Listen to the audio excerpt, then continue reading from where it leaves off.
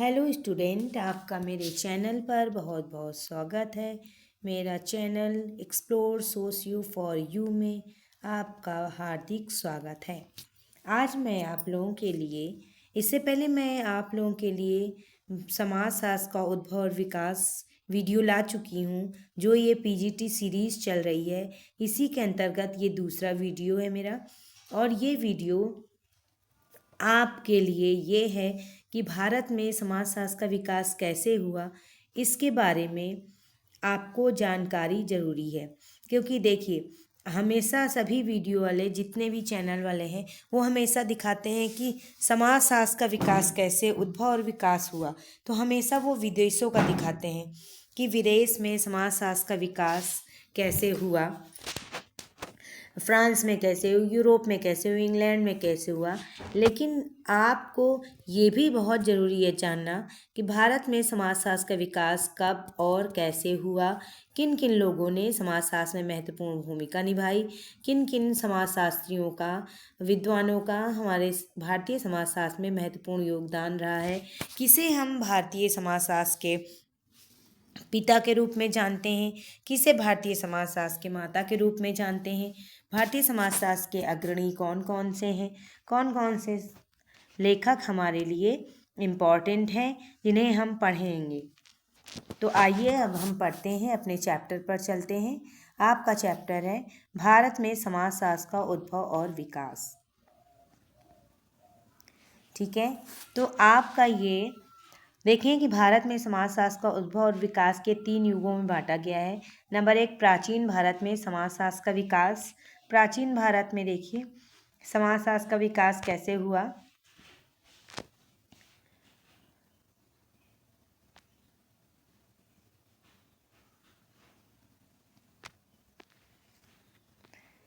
प्राचीन भारत में समाजशास्त्र का विकास कैसे हुआ कि आप देखें कि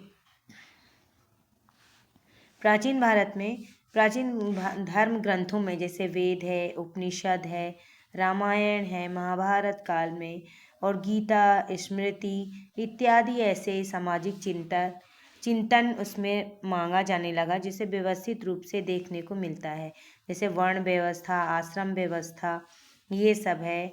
और आप देखेंगे कि पुरुषार्थ भी हमारे लिए बहुत आप जानते हैं कि वर्ण व्यवस्था 4 प्रकार का होता है। 4 प्रकार के वर्ण पाए जाते हैं, जैसे ब्राह्मण, क्षत्रिय, वैश्य और शूद्र। आश्रम भी 4 प्रकार के होते हैं। आश्रम जो होते हैं वो हमारे जीवन को 4 भागों में बांटते हैं। ठीक है, वर्ण व्यवस्था जो है वो समाज को 4 भागों में बांटता है।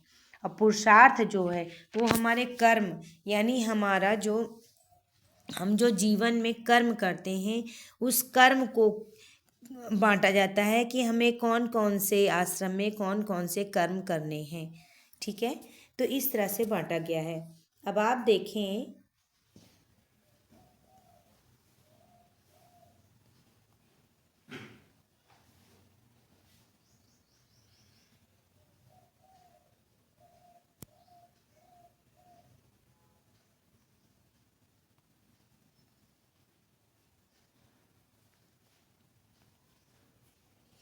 आप देखें इसमें कि इसी तरह से आगे कौटिल्य का अर्थशास्त्र है, शुक्राचार्य का नीति शास्त्र है, अबुल फजल आईने अकबरी उन्होंने लिखा है। फिर भारत में समाजशास्त्र का उद्भव कब हुआ, किस सन में हुआ। भारत में वास्तविक समाजशास्त्र का वास्तविक उद्भव का सन रहा 1914 से 1947 तक का काल भारत में समाजशास्त्र का औपचारिक प्रतिस्थापन का काल रहा है। अगला है 1914 में मुंबई विश्वविद्यालय में स्नातक स्तर पर समाजशास्त्र अध्ययन अध्यापन कराया जाने लगा था। 1919 में मुंबई विश्वविद्यालय में ब्रिटिश समाजशास्त्री प्रोफेसर पैट्रिक गिड्स की अध्यक्षता में नागरिक शास्त्र के साथ समाजशास्त्र पढ़ाया जाने लगा। 1917 में कलकत्ता विश्वविद्यालय में ब्रजेंद्र शील की अध्यक्षता में अर्थशास्त्र के साथ समाजशास्त्र का अध्ययन कराया जाने लगा। फिर आप देखें वैदिक समाज व्यवस्था में जैसे अर्थवेद में समायनवादी राज्य हुआ करते थे। दूसरा है यजुर्वेद। जब यजुर्वेद आया तो उस समय राज्य गणतंत्रात्मक होते थे। वैदिक काल में पितृसत्तात्मक और संयुक्त परिवार पाया जाता था और विवाह धार्मिक संस्कार माना जाता था। विवाह को धार्मिक संस्कार माने जाने लगा कब? वैदिक काल में। अब आप देखते हैं, आइए अगला देखते हैं परिप्रेक्ष्य, जो मार्क्सवादी परिप्रेक्ष्य रहा। आप जानते हैं मार्क्सवादी परिप्रेक्ष्य में आईपी देसाई हैं, कैथलीन गफ हैं और डीएन धनाग्रे हैं। इसके साथ डीपी मुखर्जी हैं, एआर देसाई भी हैं। ठीक है, अब मैं आपको बताती हूँ। इसमें हैं आपके एआर देसाई,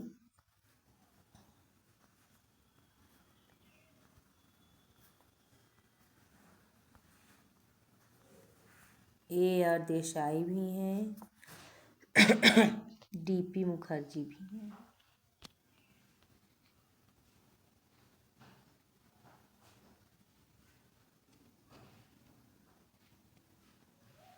डीपी मुखर्जी है।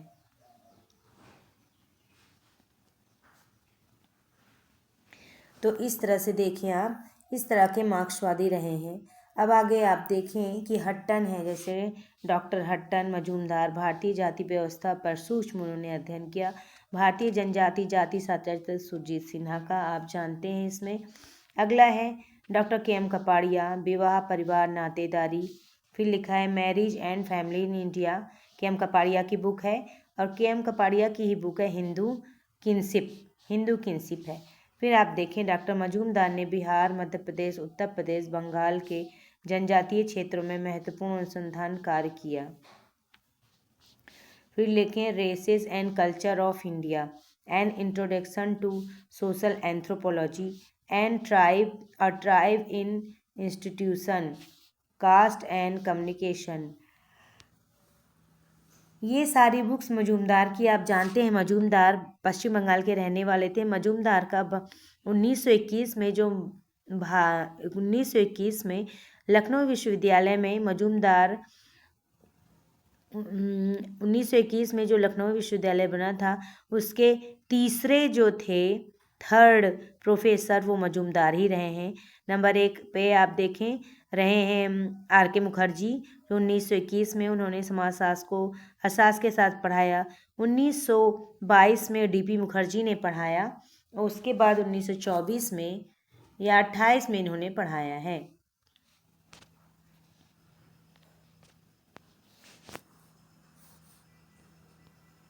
उन्नीस सौ 21 में लखनऊ विश्वविद्यालय,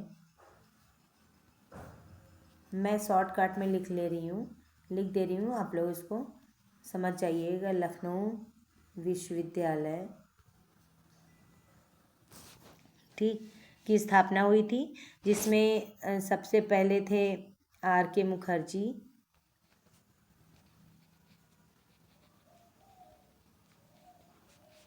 आर.के. मुखर्जी थे। उसके बाद रहे हैं डीपी मुखर्जी,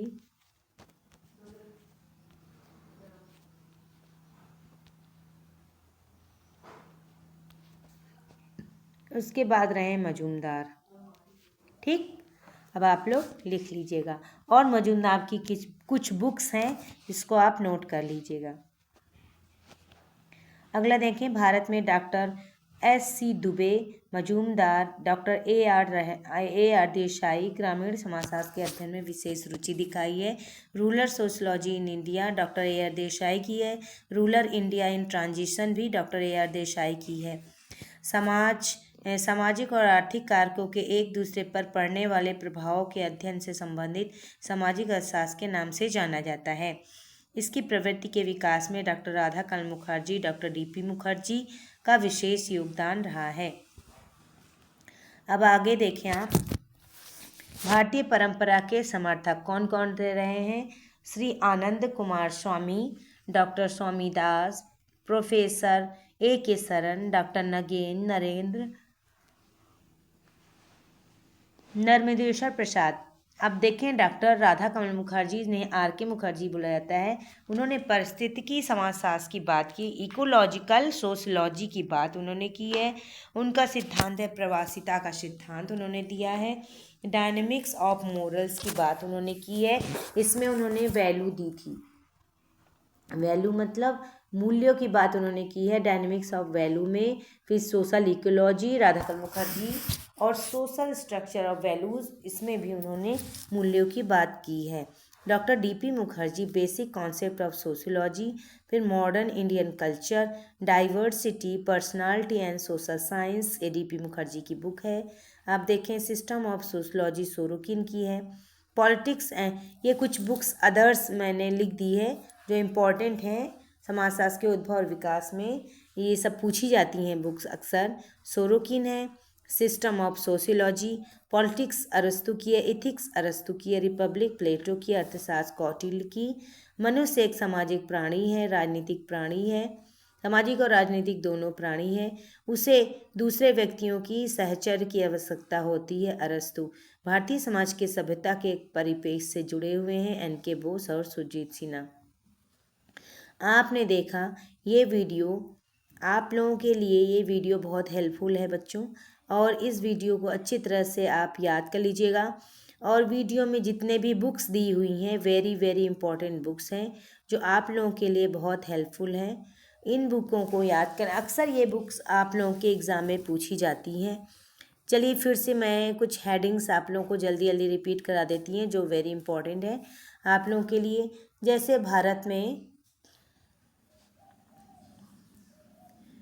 जैसे भारत में समाजशास्त्र का उद्भव और विकास कैसे हुआ, ये आपको याद करना है। तो प्राचीन, आप देखें कि प्राचीन भारत में समाजशास्त्र का विकास, उसके बाद मैंने पढ़ा है वैदिक काल में सामाजिक व्यवस्था क्या थी। फिर आप देखें कि ये तीसरा चरण ये है भारतीय परंपरा के सिद्धांत के समर्थक कौन कौन से रहे हैं। भारतीय परंपरा के सिद्धांत के समर्थक तीसरा चरण है ये, थर्ड। ये थर्ड चरण भारतीय परंपरा के हैं। श्री आनंद कुमार स्वामी हैं, डॉक्टर भगवान दास हैं जो वेरी इंपॉर्टेंट है पीजीटी एग्ज़ाम के लिए। प्रोफेसर ए के सरन को पूछा जाता है बिहार पीजीटी में। डॉक्टर नगेंद्र सिंह और नर्मदेश्वर प्रसाद के स्टीरियोटाइप जो कॉन्सेप्ट है वो भी पूछा जाता है, आप जानते होंगे।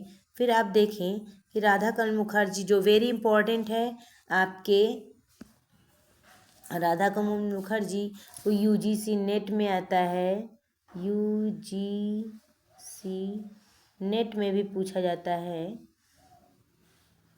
यूजीसी नेट में इनको पूछा जाता है बहुत ही ज़्यादा। पीजीटी में भी इनके क्वेश्चन आते हैं, पीजीटी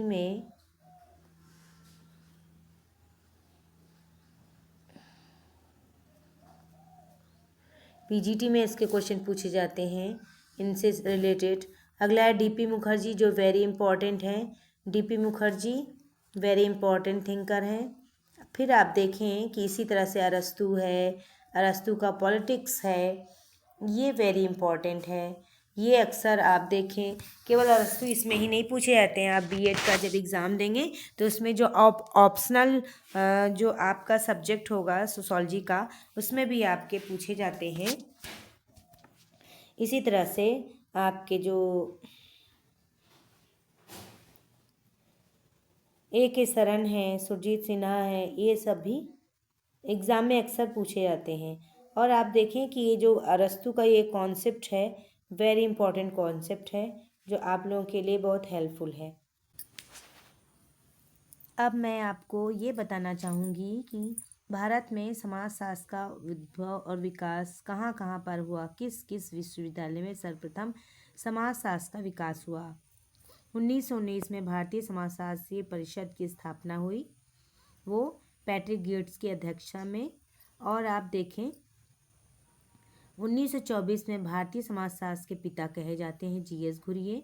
फिर 1919 में मुंबई विश्वविद्यालय के एचओडी रहे प्रोफेसर गिट्स। 1924 में एचओडी घुरिये थे। फिर केएम कपाड़िया, घुरिये के बाद केएम कपाड़िया थे। अगला है आपका ये होमवर्क है कि केएम कपाड़िया किस सन में मुंबई विश्वविद्यालय के एचओडी बने। आप ये सर्च करके आप होमवर्क में लिखिएगा कि किस सन में केएम कपाड़िया एचओडी बने, और आप कमेंट भी करिएगा। अगला है 1921 में लखनऊ विश्वविद्यालय राधाकमल मुखर्जी, 1922 में डीपी मुखर्जी, 1928 में मजूमदार, लखनऊ विश्वविद्यालय के प्रोफेसर बने। 1917 में कलकत्ता विश्वविद्यालय में ब्रजेंद्र नाथ शील की अध्यक्षता में। फिर आइए देखते हैं, भारत में समाजशास्त्र के संस्थापक के रूप में जाने जाते हैं प्रोफेसर पैट्रिक गिट्स, और भारतीय समाजशास्त्र के पिता कहे जाते हैं गोविंद सदाशिव घुरिये, जो मुंबई विश्वविद्यालय में प्राध्यापक रहे हैं, एचओडी रहे हैं। इससे पहले थे राधाकमल मुखर्जी, जो राधाकमल मुखर्जी लखनऊ विश्वविद्यालय के पहले प्रोफेसर थे। प्रोफेसर ब्रजेंद्र नाथ शील, भगवान दास, इन सभी का योगदान रहा। थियोसॉफिकल सोसाइटी की स्थापना प्रोफेसर भगवान दास ने की और काशी विद्यापीठ की भी स्थापना की। सोशियोलॉजिकल बुलेटिन, जो 1952 में पत्रिका घुरिये द्वारा निकाली गई थी। अगला क्वेश्चन देखिए, ये आया है श्याम कृष्ण वर्मा। ये जो क्वेश्चन है ये यूजीसी नेट के 2025 के जून में ये क्वेश्चन आया था कि इंडियन सोशियोलॉजिस्ट कौन है। 1 अक्टूबर 1857 में श्याम कृष्ण वर्मा इंडियन सोशियोलॉजिस्ट नामक पत्रिका उन्होंने लिखी थी, और शरद चंद्र राय द्वारा मैन एंड इंडिया, ये भारत की दूसरी पत्रिका रही है। अगला है 1956 ऑल इंडिया सोशियोलॉजिकल कॉन्फ्रेंस हुआ था, जो RN सक्सेना ने इसकी अध्यक्षता की थी। ये आपकी वीडियो पूरी हुई। आपका मेरे चैनल पर आने के लिए बच्चों बहुत बहुत धन्यवाद। Thank you so much. आप मेरे वीडियो को देखिएगा, सब्सक्राइब करिएगा। मेरी वीडियो अच्छी लगे तो आप अपने दोस्तों तक शेयर भी करिएगा। अगर कोई क्वेरीज़ हो तो आप अपने क्वेरीज़ को मेरे कमेंट में ज़रूर लिखिएगा। ठीक है बच्चों, तो मेरी ये वीडियो आपको कैसी लगी? अगर अच्छी लगी हो तो अपने दोस्तों तक शेयर करिएगा। मेरी वीडियो को प्राप्त करने के लिए, पाने के लिए, अतिशीघ्र पाने के लिए आप सब्सक्राइब ज़रूर करिएगा, जिससे ही मेरी हर वीडियो आप तक बहुत ही जल्दी ही पहुंच सके। और मेरी वीडियो को पाने के लिए मेरी वीडियो में को लाइक करिएगा, शेयर करिएगा अपने दोस्तों तक। और मेरे चैनल पर आने के लिए आप लोगों का बहुत बहुत धन्यवाद। थैंक यू सो मच बच्चों।